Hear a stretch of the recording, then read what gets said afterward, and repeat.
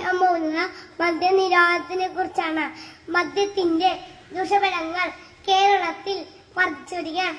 അവതരിക്കപ്പെടുന്ന മദ്യദുരന്തങ്ങൾ, വാഹനാപകടങ്ങൾ, കുടുംബഛിദ്രങ്ങൾ തുടങ്ങിയവയാണ് മദ്യപാനം മൂലം സംഭവിക്കുക.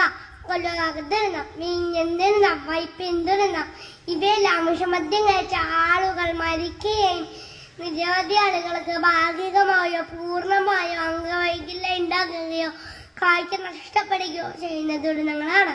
മദ്യത്തിനെതിരായി ശക്തമായ ബോധവൽക്കരേണ്ടത് വളരെ അത്യാവശ്യമാണ്.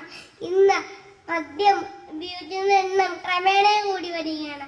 ഈ വിപത്ത് മൂലം എത്ര റോഡുണ്ടാകുന്നു, റോഡിൽ പൊഴുന്ന മനുഷ്യ ജീവങ്ങളുടെ എണ്ണം കൂടി വരുന്നു.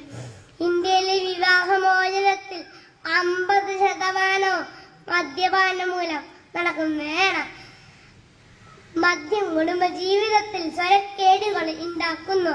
ജോലി ചെയ്ത് കിട്ടുന്ന പണം മുഴുവനും മദ്യഷോപ്പിൽ കൊടുക്കുന്ന പതിവാണ് നാം ഇന്നു കാണുന്നത്.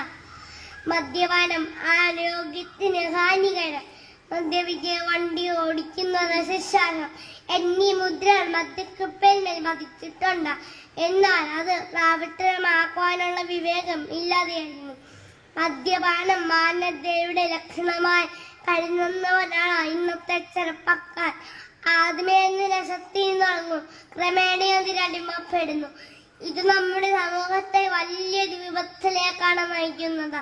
ഓരോ വർഷവും എത്ര കോടി രൂപയുടെ മദ്യമാണ് നമ്മളെ കുടിച്ചു തീർക്കുന്നത്. സർക്കാർ കണക്ക് നമ്മെ ഞെട്ടിപ്പിക്കുന്നു. നമ്മുടെ കുടുംബത്തെ വലിയൊരു കടക്കണിയിലാക്കി. നാം എന്തിനു മദ്യം കുടിക്കണം?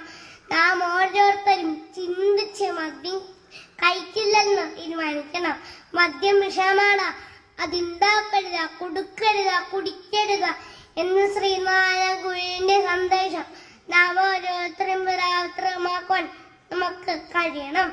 ദൈവത്തിന്റെ സ്വന്തം നാട് മദ്യങ്ങൾ നാടാകാതിരിക്കാൻ നമുക്ക് പരിശ്രമിക്കാം. നന്ദി, നമസ്കാരം.